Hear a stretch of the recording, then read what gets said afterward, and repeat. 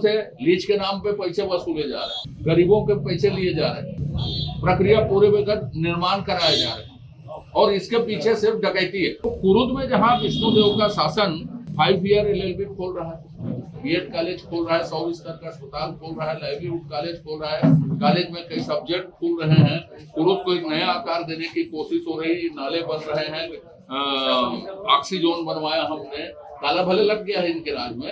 तो इसके समानांतर ये भारतीय जनता पार्टी की कोशिश, इसके समानांतर कांग्रेस जमीन बेचने, जमीन लूटने, जमीन आवंटित करने के अतिरिक्त कोई काम नहीं कर रही है। जनहित के जो विषय हैं, चाहे वो आप गार्डन देख लो, ओपन जिम देख लो, खेल के मैदान देख लो, ताला लग गया।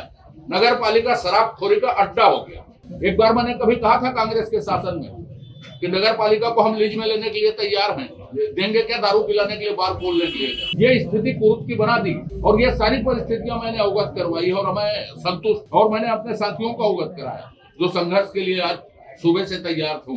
मैं सिर्फ कुरुद के मुद्दे पर नहीं हूँ, मैंने ये भी बताया धमतरी में कितनी अवैध कॉलोनी बन रही, मैंने ये भी बताया कि रेत चोरी अवैध है, वैध खदान अवैध है और वो करप्शन का एक माध्यम है।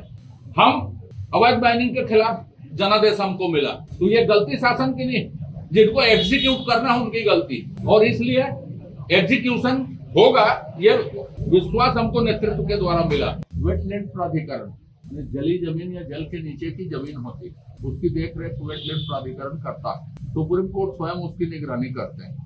कुरुद नगर पंचायत में वेटलैंड को, जल के नीचे की जमीन को बेचा जा रहा है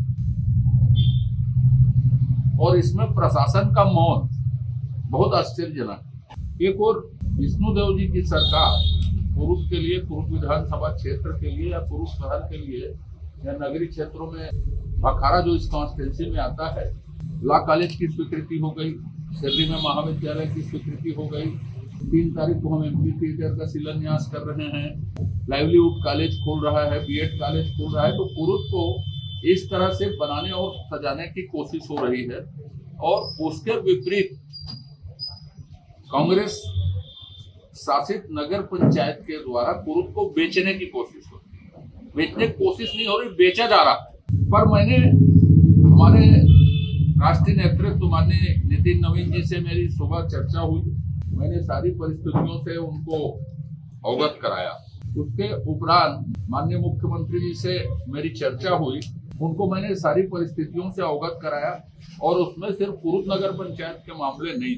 जब इतने बड़े नेताओं से, राष्ट्रीय नेतृत्व से, प्रादेशिक नेतृत्व से चर्चा हुई, तो मैं धमतरी जिले में भी जो विसंगतियां हो रही इस तरह की, वो सारे मुद्दों को मैंने बताया और मैं इस पर निर्णय को उनके ऊपर छोड़ दिया है। उनके साथ जो मेरी चर्चाएं हुई, मैं उनसे संतुष्ट हूँ और मैंने अपने कार्यकर्ताओं से आग्रह किया कि अपनी ऊर्जा हम लोग कुरुद क्षेत्र के विकास के लिए करेंगे, विष्णुदेव सरकार के हाथों को मजबूत करेंगे और कुरुद को बिकने नहीं देंगे। खास तौर पे जो अवैध कॉलोनियां हैं धमतरी जिला में, रेती चोरी का जो विषय, वैध चीजों को नियम बताया जा रहा है, अवैध चीजों को संरक्षण दिया जा रहा है। जनहित के कार्य जिस गति से होने चाहिए, मुख्यमंत्री जी ने आश्वस्त किया कि आपके द्वारा उठाए गए मुद्दों पर हम त्वरित कार्रवाई करेंगे। तो धमतरी जिला अच्छे कामों के लिए, अच्छे विकास कामों के लिए जाना जाए।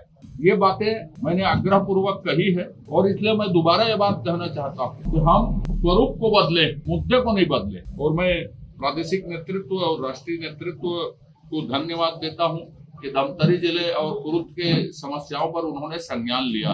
तो एक डमी को या उसको योग्य मानते हैं तो कांग्रेस उनको बलि का बकरा बना के उतार दिया और खुद भूपेश बघेल जी वायनाड चल दिए अंक बढ़ाने। दूसरी बात इसलिए वो गए हैं कि राजनीतिक तौर पर वो दुखी। कांग्रेस ने फिर साबित किया कि छत्तीसगढ़ में परिवारवाद से टिकट मिली, भूपेश बघेल के कांग्रेस की टिकट वितरण में नहीं चली। जो उम्मीदवार घोषित हुआ है आकाश शर्मा, वो AICC के सचिव, कांग्रेस के राष्ट्रीय सचिव श्री राजेश तिवारी का दामाद। तो राजेश तिवारी जी ने अपने दामाद को टिकट दिलवाई सचिव होने के नाते, तो नाराज होकर भूपेश बघेल वायनाड चल दिए।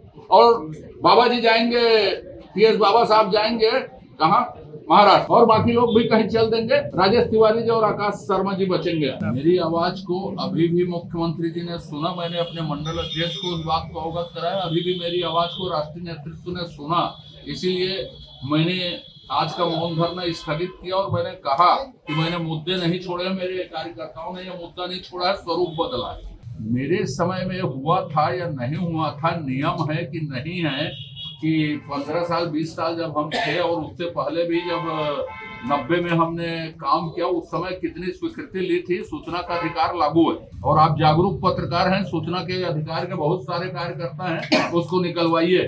हाँ, इसीलिए मैंने आज का मौन धरना स्थगित किया और मैंने कहा कि मैंने मुद्दे नहीं छोड़े, मेरे कार्यकर्ताओं ने यह मुद्दा नहीं छोड़ा है, स्वरूप बदला है। मेरे समय में हुआ था या नहीं हुआ था, नियम है कि नहीं है कि 15 साल 20 साल जब हम थे और उससे पहले भी जब 90 में हमने काम किया, उस समय कितनी स्वीकृति ली थी। सूचना का अधिकार लागू है और आप जागरूक पत्रकार हैं, सूचना के अधिकार के बहुत सारे कार्यकर्ता हैं, उसको निकलवाइए।